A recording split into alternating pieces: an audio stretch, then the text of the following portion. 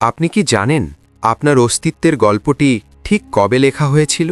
আপনি কি জানেন আজ আপনি যে পৃথিবীতে দাঁড়িয়ে আছেন তার প্রতিটি ধূলিকণায় লুকিয়ে আছে এক মহাবিপ্লবের ইতিহাস?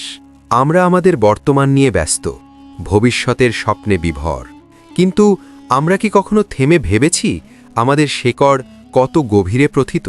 ইতিহাসে একটি কথা প্রচলিত আছে, যে জাতি তার অতীত ভুলে যায় ইতিহাসও একদিন তাকে ভুলে যায়।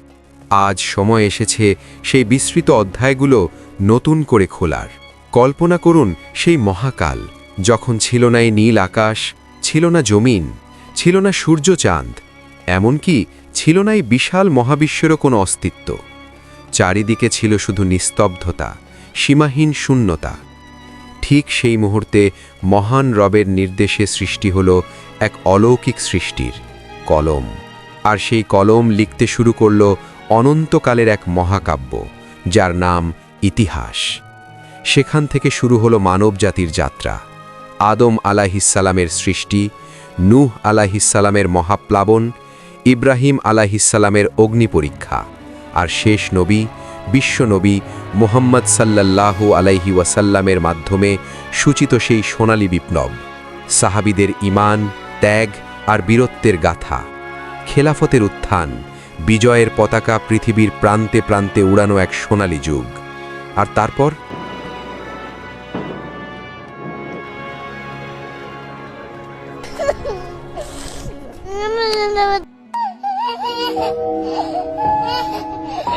বিভক্তি, দুর্বলতা, অধপতন।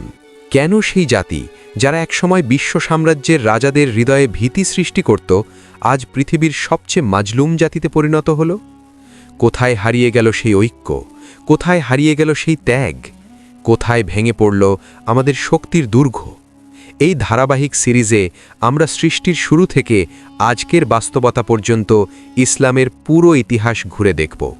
দেখব আমাদের সাফল্য, গুণে দেখব আমাদের ভুল, চিনে নেব আমাদের ব্যর্থতা, অপরাগতা, এবং নতুন করে খুঁজব পুনর্জাগরণের পথ। কারণ ইতিহাস শুধু গল্প নয়, ইতিহাস হচ্ছে আয়না। আর সেই আয়নায় আজ নিজেদের দেখার সময় এসেছে। কোনো পর্ব মিস করতে না চাইলে এখনই সাবস্ক্রাইব করে চোখ রাখুন আমাদের এই চ্যানেলে। ইতিহাসের দীর্ঘ যাত্রায় আপনাকে স্বাগতম।